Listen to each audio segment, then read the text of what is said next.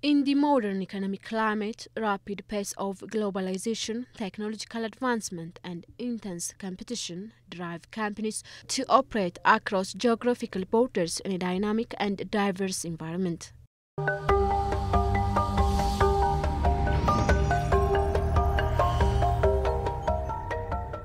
Ethiopia's investment landscape takes all the above conditions into account, coupled with attractive incentives and all-rounded as well as handy support provided by the government. This has been attracting a lot of anchor global business from the four corners of the world.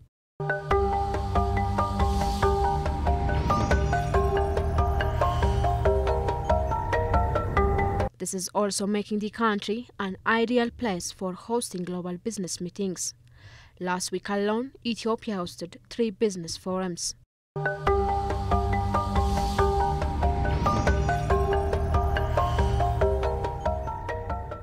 The first one was the B2B forums of the 2 oceanian countries, Australia and New Zealand, Addis Ababa hosted. Ethiopia has long-standing bilateral ties with Australia and New Zealand. However, their trade and investment ties are minimal.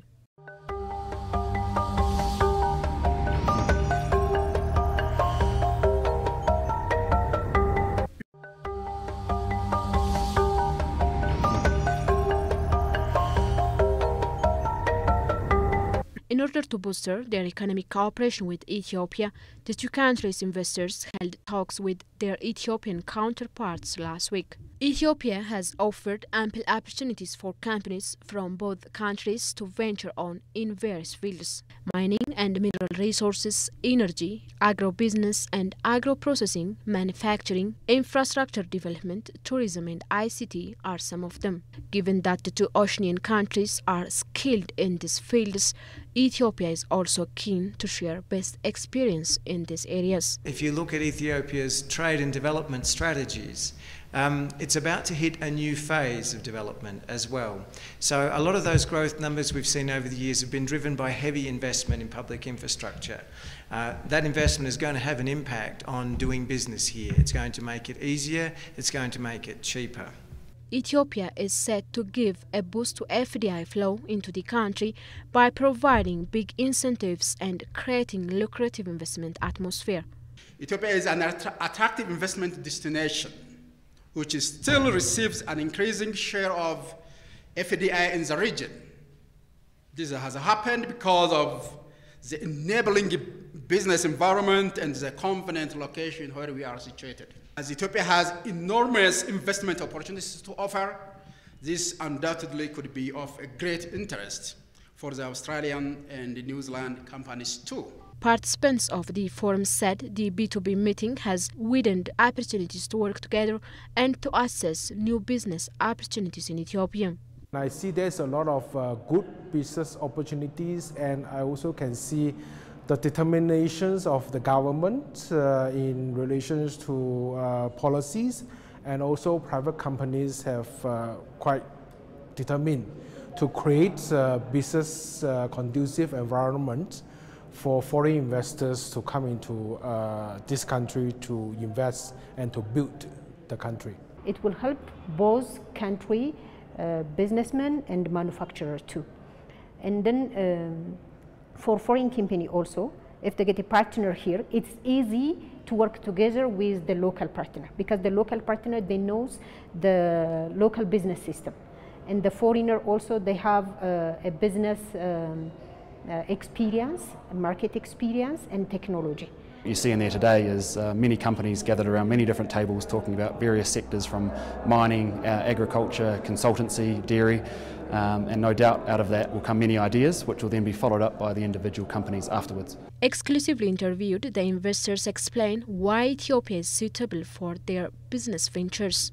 This is the birthplace of coffee, all right? And there's a reason for that, and the variety or the gene of the coffee trees here, together with the environment, the farming environment, we call it a microclimate that is uniquely for Ethiopia, is so suitable for this gene of coffee to flourish, which compared to Brazil, Colombia, or even Indonesia, or from Vietnam, which they don't have that so obviously, you know.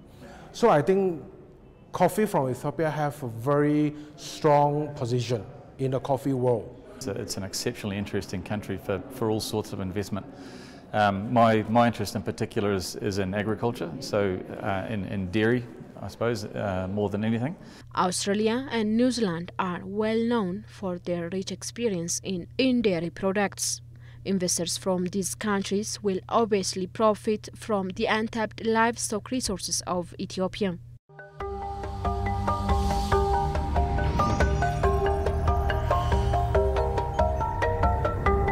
We have a resource here for this sector, so they don't need to import raw material from outside. Every raw material is here, so there is no any foreign currency to import their raw material, but after they produce their product, they have an opportunity to export their products. And we have AGOA agreement with some other country that also help them to get more profit. And instead of to produce their country, if they produce here, they can have a lot of profit their company. These two countries has got their economies basically at the beginning. It comes from agriculture. So agro-processing is one of the key. So one of the companies basically operating in Australia, in Ethiopia here, from Australia and New Zealand was Fonterra. Fonterra is one of the very known companies in dairies in the world. After the forum, the Australian and New Zealander business delegates travelled to some parts of Ethiopia to explore investment opportunities there.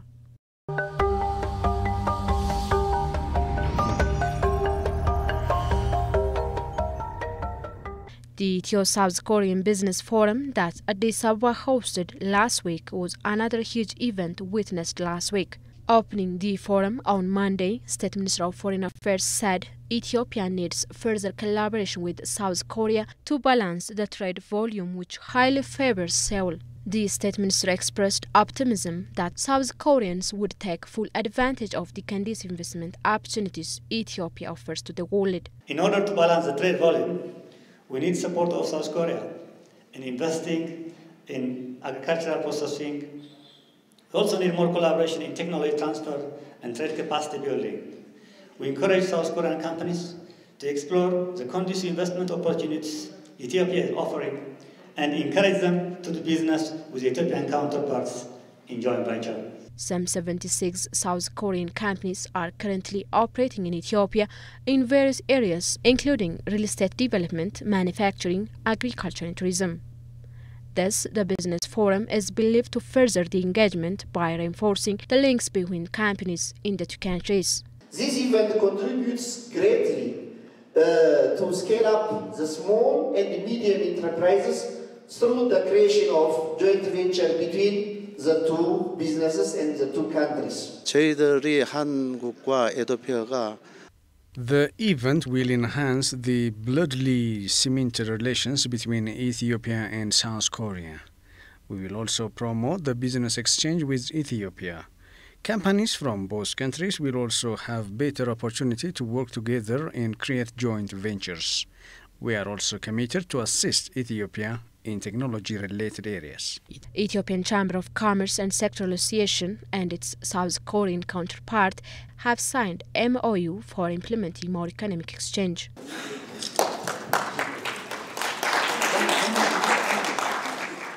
The business delegation also conferred with Ethiopian President Dr. Mulat Teshome, dwelling on ways of utilizing the amicable and lucrative investment climates in Ethiopia. Our major discussion with the President was how to bolster economic cooperation between Ethiopia and Korea. The President has briefed us about the economic growth of Ethiopia and of its investment climate. He also encouraged South Korean companies to do business here.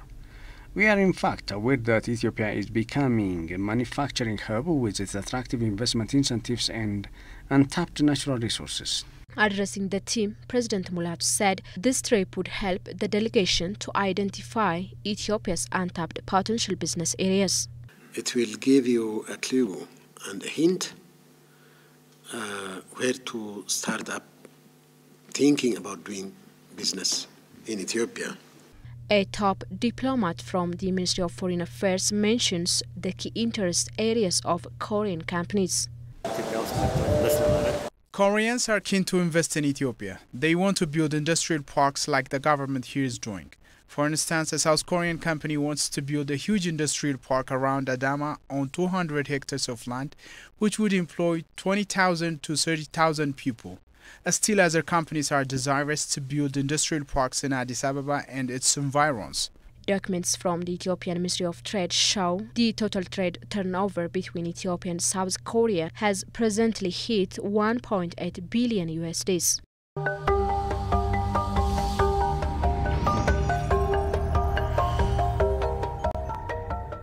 Ethio-German Economic Conference was also part of last week's event held in Ethiopia. Ethiopia and Germany share well-established economic relations, with the latter being #1 importer of coffee from the former. The two countries have also been holding various discussions to further their economic cooperation. When German companies decide to invest in a country, they usually have a long-term perspective, which means that they come with the intention to stay and to grow. There is no in and out and no quick money intention. There is money intention, of course, but no quick money intention. That is why German companies look into a market very carefully before they start to invest. They want to get familiar with the local business environment. But once having started to invest, of course, step by step, you can be assured that a long-term strategy is already part of the investment plan. Together with the Ethiopian government, the German embassy is prepared to assist in promoting the business opportunity in Ethiopia. The business people from German state Baden-Württemberg were part of the effort. It's very much encouraging for us. We see the market nicely developing. There's a significant sector, private sector, opening up. When we look at the road construction, which has been implemented, especially in Addis Ababa, with large roads, with a railway investment, and I think it's time now to think trenchless. I think there's a great environment. I'm here for looking for potential clients and to look how the market is in Ethiopia. I've been told Ethiopia is a very interesting market, fastly growing, and therefore I'm here to have a look. It's very interesting to hear the presentation of the economical situation. And I think there is a huge potential market for our field, luxury, growing a new rich society of Ethiopians. Further cooperation and promotion works would attract more investors, thereby reinforcing the cordial ties of the two nations. Reliability in the way you do business. That's there you need all these cultural questions. How do we do business together? Therefore, you have to meet each other. That's why we brought several business-interested companies with us, and they do a B2B event at the moment, just in that minutes, to get to know partners. So that's a second thing. And the third is that you need circumstances, an environment where you can invest and grow as a company here.